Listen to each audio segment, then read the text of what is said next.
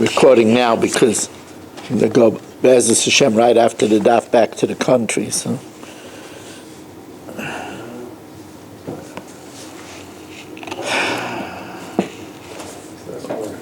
Okay, so we continue the learning of Rosh Hashana.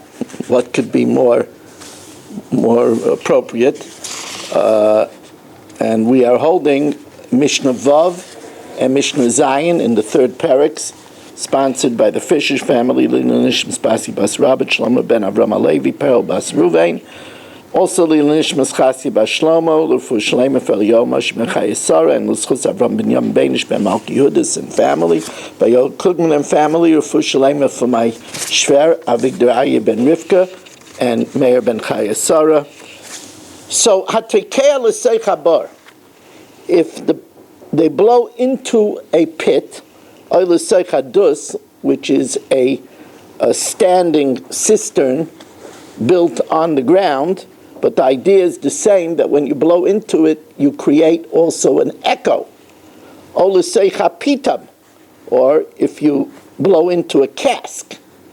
So, Imkel Shefer Shama, if you hear the call of the shofar before it goes in to the pit, into the cistern, into the cask, so then you're yatsa. Vim kol avara shama, but if you hear it adulterated with the echo, then lo yatsa. Rav says that if you're inside the bar, then you could assume that you're yatsa. That's one of the times where it's good to be in the pits.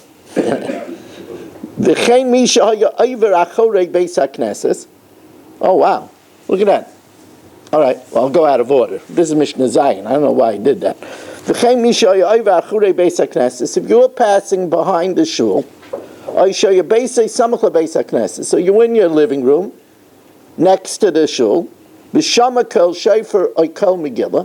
and you heard the shofar of the Megillah, so the simple way to learn the Mishnah, there is another way to learn the Mishnah, but the simple way to learn the Mishnah is if you hold mitzvah strichas kavana, so then im kivein libai, if you intended to do the mitzvah yatsa, v'im lav lo yatsa.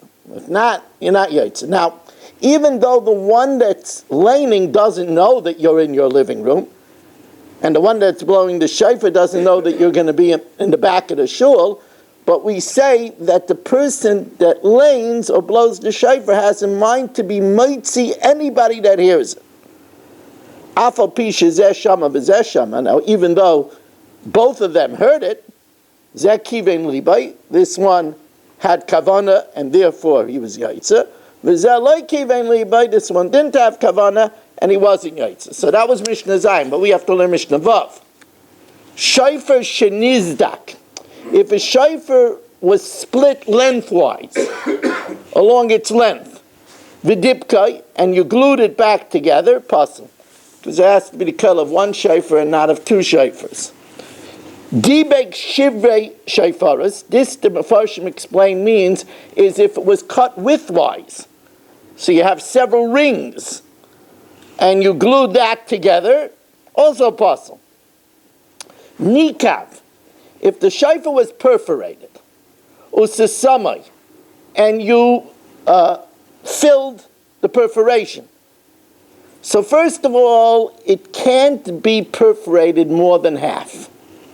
Second of all, when you fill it, you have to fill it with a min shofar.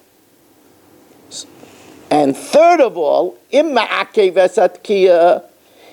the stuffed up perforation disturbs the sound, and the sound is different than it would have been before, possible. V'im lav, but if it doesn't affect the sound, then, and we fulfill all three conditions, then it's kosher. It goes without saying that we really appreciate, there's a lot of shuls all over the world. It's interesting, I'm a shul guy. So I belong to a lot of different chats from shuls. And I see all over that now they're begging for minyan. There's a lot of people going vacation now.